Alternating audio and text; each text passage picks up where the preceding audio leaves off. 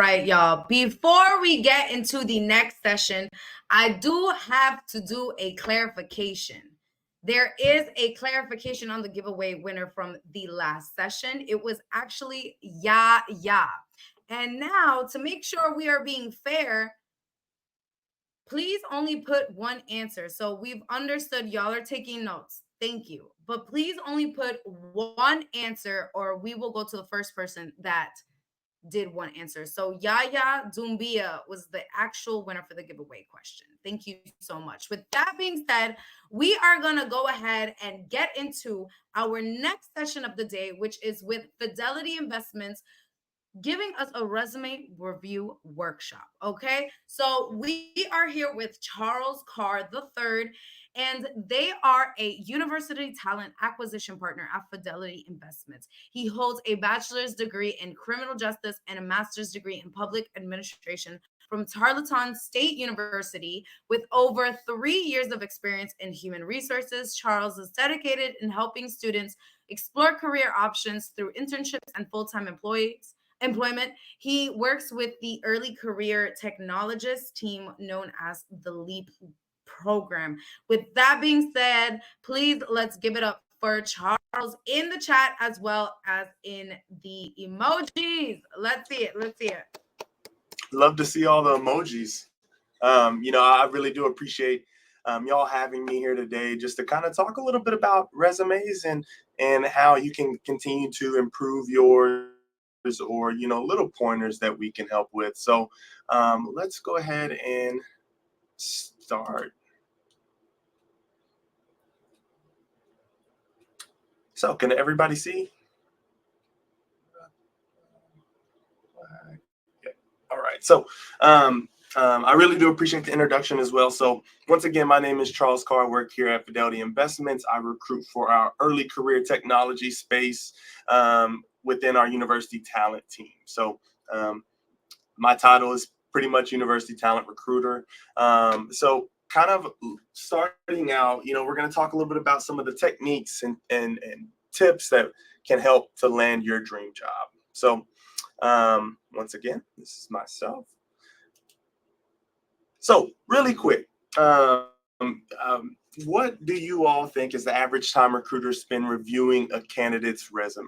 And you can also, put your answers in the chat, what you think. Not sure if you all kind of went over that today, but within recruiting, we do have a lot of resumes. At companies, you tend to look at, I probably look at thousands of resumes every year. And, within 6 to 7 seconds, you typically know if the candidate has the right skills in order to complete the job. So this is something that it shocks a lot of people. It shocked me when I actually read the statistic, but then I started to think about, okay, this is true. This is something you're trained to be able to view resumes that quick. So, this presentation is really meant to be a high level overview of, some tips for the resume, and I anticipate a lot of questions. So I wanted to allocate a lot of time towards the Q&A for you all to be able to ask the questions that you like. So to get started, let's look at some resume examples. So here we have 2 resumes. They're cool looking resumes, don't get me wrong. But, there's some information on here that can definitely be looked at and also, be tweaked in order to make a really good resume. So these are some things that a resume should have. So a resume should be your introduction. This should be able to highlight all of your achievements. It should also show why you're interested in the role that you're applying to, and overall just highlight you as a candidate and as a person. It should promote your capabilities, so showcase what skills you have to bring to the table, and what you can bring to that company throughout your tenure there. It's also meant to facilitate dialogue with your interviewer. So your resume, if your resume was the only thing that got you hired, then everybody would be hired, right? It's something that everybody has to submit when they submit an application. This is supposed to be talking points and also things that can facilitate that conversation with your interviewer and or recruiter such as myself when I call for, say, a phone screen and want to hear a little bit more about you and what this resume actually entails in the person that it entails. So let's go over a few tips to building an effective resume. So number one, as you didn't really see in the first example, is to use a clean format. So I always like to tell the students I work with, the candidates that I work with, that your resume is very limited space. Typically with you all being either going into early career opportunities, or this is your first internship, or maybe you just got to college and you're thinking about the different ways that you can continue to build your resume throughout. Think of it as making the most out of your resume in real estate. So the white space on your resume, it may look like a lot at the beginning of your career or your journey, but it starts to fill up pretty quick, especially if you want to condense that information into the shortest amount of actual pages on the resume. So with this, you want to be clear and concise. So use bullets and a legible font is very important. Bullet points just help you to stay organized while hitting the key areas of the different job responsibilities and titles that you have.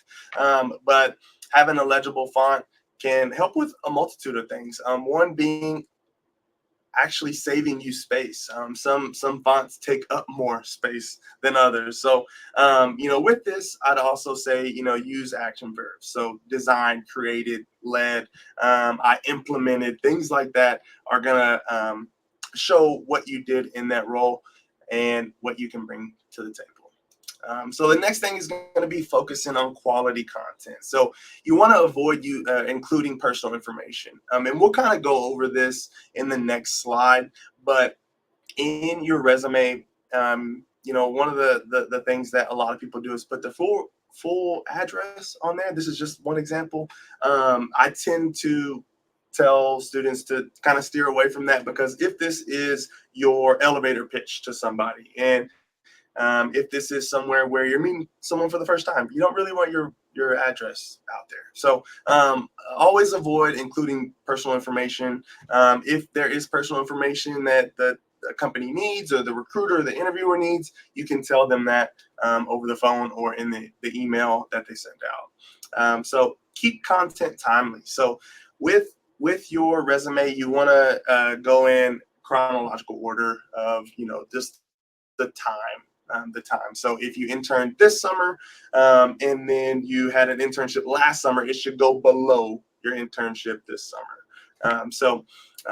Something I see very often is, go ahead and check for spelling and grammatical errors. This is something or a document that you'll be using for a while. And if you build the right resume, you can keep that for almost forever as you just continue to add on to the different employment opportunities that you have. So just be sure to continue to keep all of those spelling and grammatical errors to a minimum, and or just eliminate all of them overall. And then, as we kind of talked about, listing your accurate dates of employment.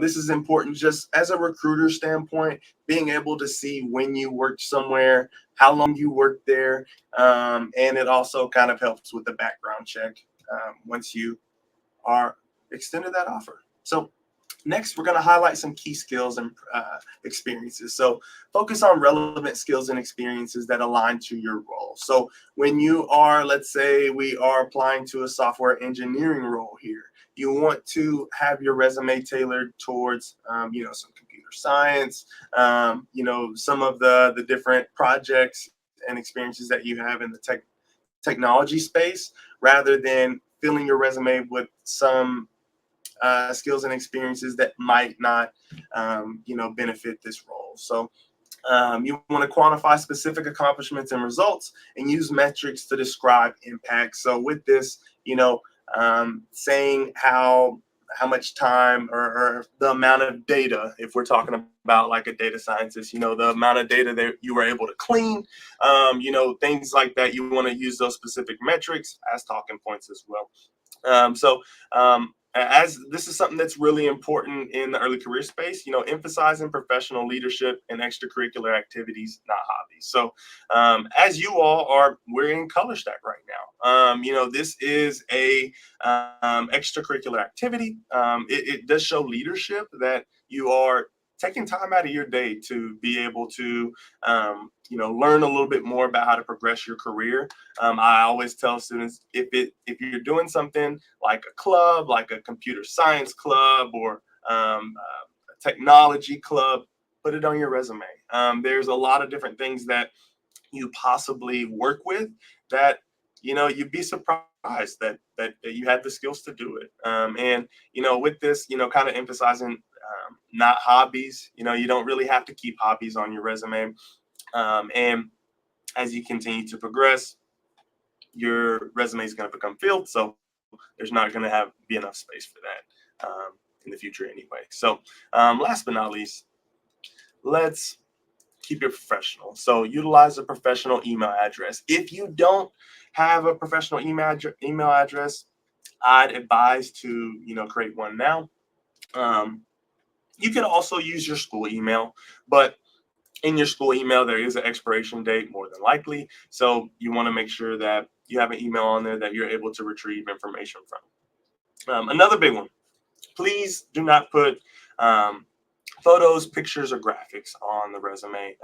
Once again, as we're talking about utilizing your resume real estate, we want to leave that space for your actual experiences. And as you are technologists, these are things like, if you've created, like say you're in UI UX and you created a really cool like picture or a front end project, go ahead and put your GitHub at the top of your resume, so that way people can view that then. So last but not least, avoid slang, buzzwords, or acronyms. So anything that is unprofessional, go ahead and keep that off your resume. So we're going to go into an example of a student, and we're going to look over some of what he does. So Jason is a first-year student at UNC Pembroke. His major is computer science, and he minors in data science. He doesn't have any formal work experience, but he has participated in a few hackathon events. He's completed a project for the university's Department of Computer Science, and he's a member of the Association of Computing Machinery and Education team with Computer Science for Social Good organization. Also plays in the school marching band and loves to listen to music, loves choreography and hiking. So let's take a look at his resume really quick. So this is his resume. And one of the things that we kind of talked about before is up top. His address is the city and the state. He has his phone number, his LinkedIn, his GitHub, and along with this, something that's very important is your graduation date. So I would just say continue to keep that updated, because you are able to kind of go through and, as a recruiter, show if you're eligible for those different either internship opportunity or full-time role. So always keep your updated graduation date on there as well. And one thing you'll notice on this resume is, although Jason doesn't have any professional experience yet, right? Or as an intern or like a full-time technologist, he uses his relevant coursework. So in this, you can kind of go through, and I know just from personal experience as a recruiter, kind of looking at some of the coursework that you all do, that can kind of supplement, okay, they have worked with data structures so far.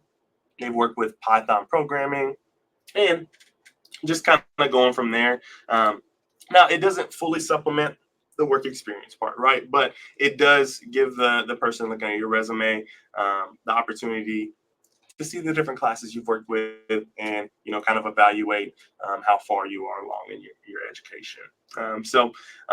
Next we'll go over to the skills section. So you'll see programming languages. He lists these out. I always like to talk with early career technologists and say, go ahead and start your resume now, and put all the different skills, languages that you work with in there, because that's going to continue to just add up, right? And you'd rather continue to add and update your resume than have to create this from scratch towards, let's say, your last year, and you're kind of scrambling to think about all the different technologies you've worked with in the past. So in the relevant experience part, so this might be really relevant here, as we have some students who are, in their first year, second year, and they're trying to get some experience to put on their resume. Hackathons are a great choice. And you'll be able to work on a project, work with the teams, gives you some, collaborative skills, and also just kind of highlights being a team player, and just being able to kind of achieve a goal in a short amount of time, and be able to present those things. So he lists both his hackathon experiences here, has a project that he worked on with the school, and also towards the end list all the campus involvement that he works with. So this is an example of a resume. It doesn't have to be very extravagant. It doesn't have to be really like colorful. The simpler the better. All right, so we kind of highlighted some of these here. And now, so what goes hand in hand with your resume, your LinkedIn? So LinkedIn, I always tell students to think of this as an extension of your resume. So some of those things that may not be as relevant, right? Maybe you're a computer science major now, but you were also a lifeguard. And that also taught you some different skills, and you also were CPR certified and things like that. Well, if you can't put it on your resume, where should you put it? You should put it in your LinkedIn, because this can kind of elaborate a little bit more on some of those opportunities, but also gives whoever is viewing your profile the opportunity to kind of see what you like, what your interests are. And with this, please upload a current profile photo. So this shouldn't be like any memes, anything like that. And then you're going to personalize your background photo. So as you kind of go through and are working for a company, I have Fidelity in the background of mine, but this is something that you can kind of personalize to you right now. So your headline should be more than your title. Your headline should have like what you're interested in, what you do, what it is that you enjoy doing, and this can also kind of highlight into your compelling about summary. And then for every single role that you have, go ahead and add a brief description of what you're doing, and this can also act as your resume. So if you are at a networking event, and you don't want to hand out 100 pieces of paper, this is going to be where you're going to utilize that space. And then connect with other individuals. So before you go, these are some things that I kind of wanted to speak about. So just remember, your resume is your first introduction. So you want to be able to use it, and as I mentioned before, like an elevator pitch. This is going to be highlighting your achievements, your education, and your relevant experiences. You want to focus on creating an organized and professional resume. As I said, if you make a resume the right way, you won't have to recreate it in the future. Your resume should look the part of being professional. And then once again, don't forget about LinkedIn. This is where you can work on your personal brand and connect with recruiters, and learn about different opportunities as well. So now I wanted to open it up for questions.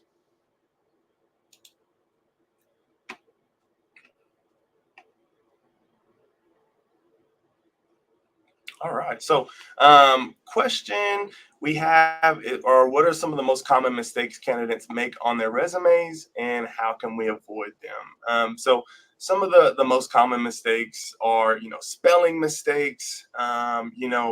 Being making sure that your timelines and your dates are attached to the right way, and I kind of mentioned it a little bit before, but if I'm the recruiter looking at your resume and I see that your graduation date is May of 2027.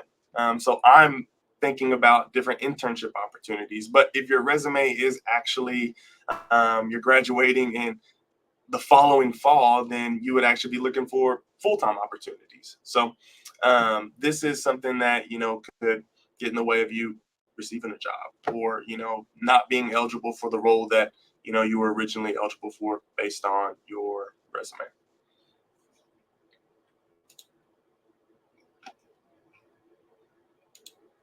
All right.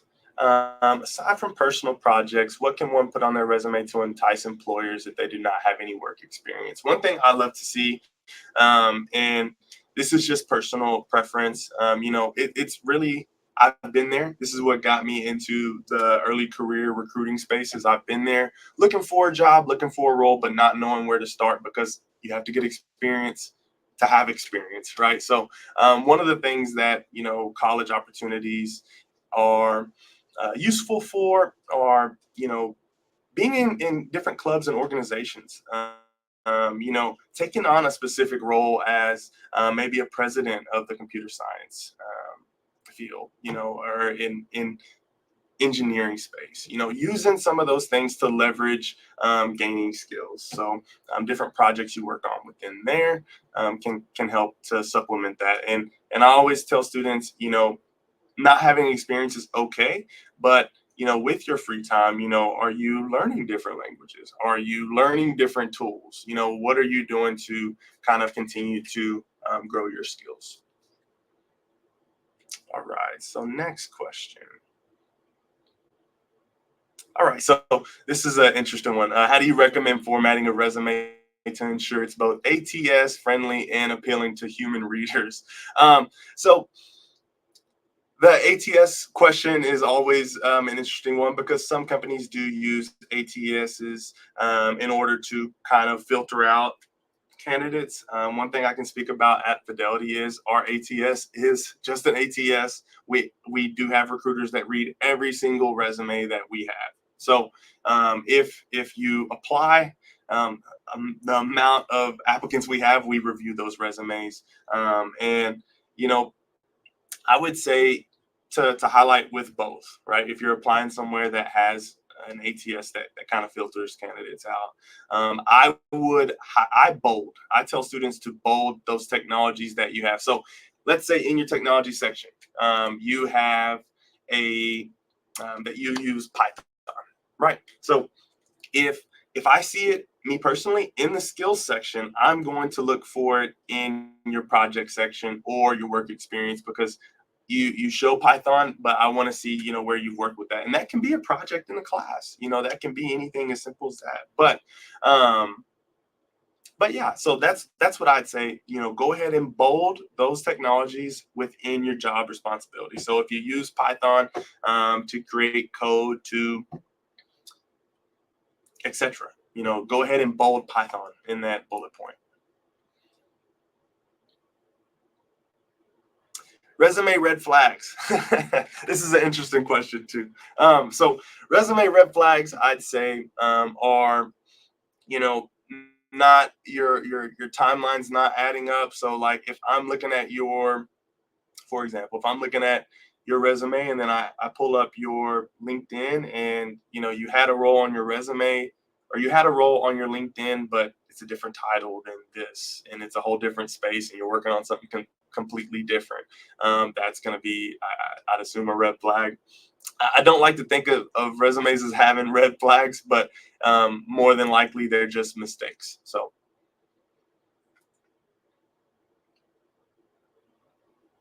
what has been a deciding factor for picking one out of two strong candidates? This is a great question.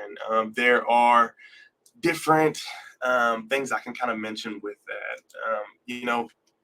looking at what the role is looking for specifically. So if you have two strong candidates and one, let's say, is more versed and more experience, has more experience in Python rather than Java, and if the role is looking for a Python engineer, that could kind of give the slight edge. But it is a difficult decision. But the little things like your proficiencies in certain tech stacks is going to be important.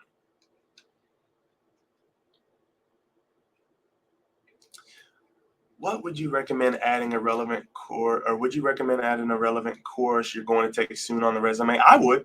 I would. I know in the past I've talked with, with our role here at Fidelity, we, anyone who is a freshman all the way until their rising senior year, are eligible for an internship.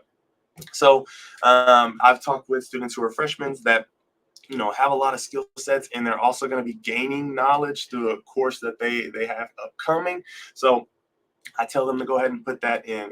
That's information that is important and that can help you. So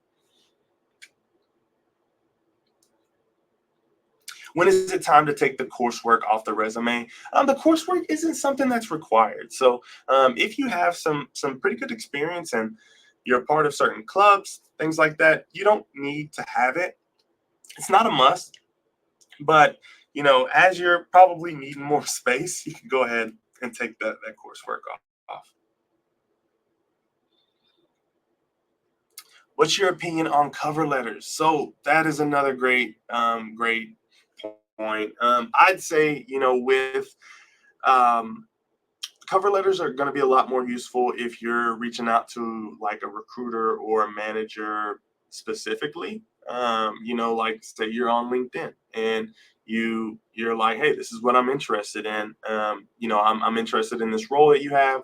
Attached are my resume and also my cover letter that's just kind of highlighting and going more into depth on why you're a great fit for the company specific. So cover letters, if you're going to make one, they need to be very specific to the company, the role that you're applying to.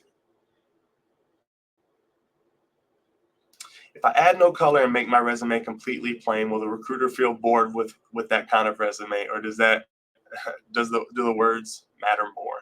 That's a great question. So I can speak for many recruiters, love it being plain. Now this might change if you're in like graphic design, right? And you're highlighting what you've done specifically, and this is but even then, it's still not something that's as necessary. But with this, make it as plain as possible. That just makes it the easiest not to mess up. Or if it's uploaded into a system, that as well. So yeah, so the words matter a lot more. Are objectives and resumes still useful? They definitely can be. And one example I can kind of mention with this is like, let's say Jason, our example in the PowerPoint. He has a computer science major, but he minors in data science. So as a recruiter, I'm going to, if they have an interest in data science, I kind of want to see if they're more interested in that than, going into like the software engineering space. So an objective would be basically kind of pointing out that I'm a computer science major with a data science minor, and I'm looking at full-time opportunities in data science. So, that could kind of show me, what you're actually looking for.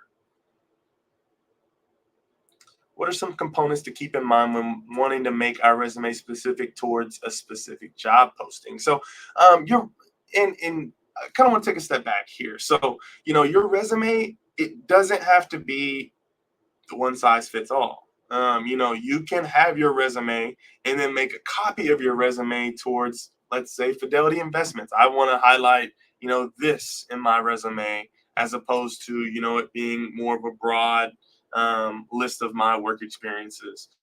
So, when you're doing that, some of the components to keep in mind are, what the role is. What are some of the requirements? I always tell students that are looking to apply, look through the requirements and see how those kind of tailor towards your experiences as well. So if they do, and you have those experiences, then go ahead and put those in your resume. And also like kind of highlight those. So great question.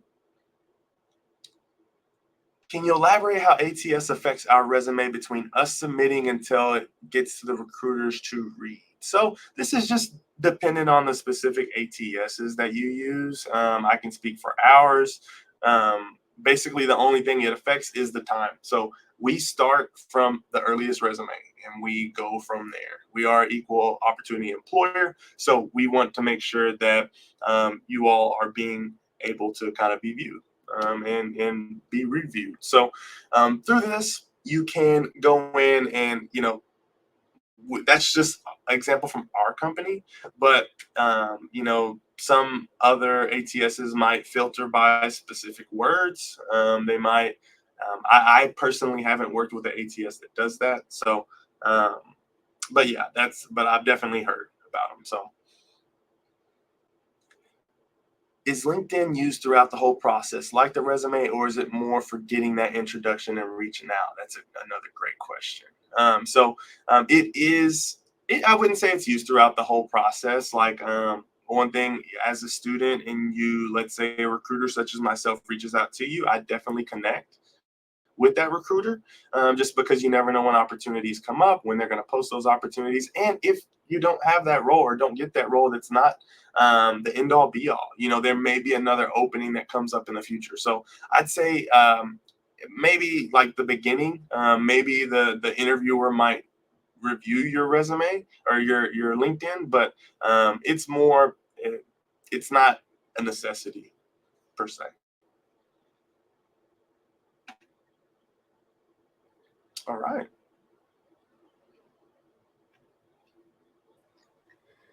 Yo, thank you so much, Charles. Everyone, please, please, please give Charles all the love in the chat as well as in the emojis. Thank you so much for letting us know how to build these personal brands, how to make sure we're getting our point across, and how to do it in the correct way, in a classy way. So thank you so much. I hope you're seeing all the love in the chat as well as in the emojis. And before we go to the next session, we're gonna go ahead and do our giveaway question. As I said, please only put one answer, or we'll go to the first person that gives the first answer, y'all. Let's be fair. Let's be fair. All right, so y'all ready? Okay, cool. What's one thing you can do to build your personal brand on LinkedIn?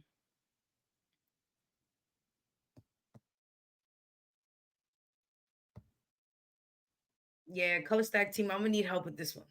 Y'all type so fast. Wow. You should be so proud. Let's see.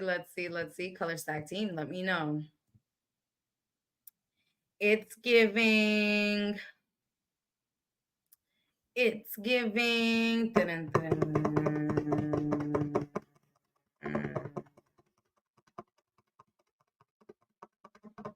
Ooh, ooh, ooh, ooh, ooh.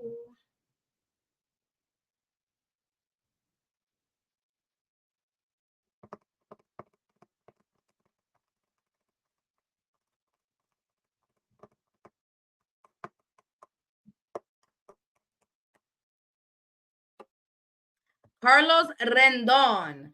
Shout out to you, Carlos. The Color Stack team will be reaching out to you next week to let you know about your giveaway prize. For now, we're going to and transition to our last 15 minutes of roundtables. Can you believe it? I can't.